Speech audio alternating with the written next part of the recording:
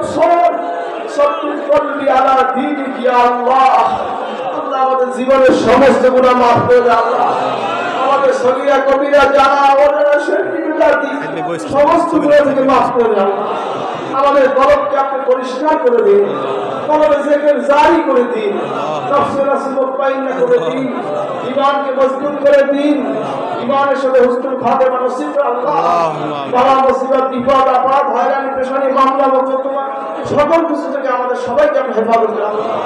আল্লাহ আমার আম্মাকে আল্লাহ দীর্ঘ হায়াত দান করেন আল্লাহ, পরিপূর্ণ সুস্থ করে দিন, বিমার সেবা করেন আল্লাহ। কারোকে হায়াত দেওয়া আছে, প্রভুদেরকে আল্লাহ হায়াত দেওয়া আছে,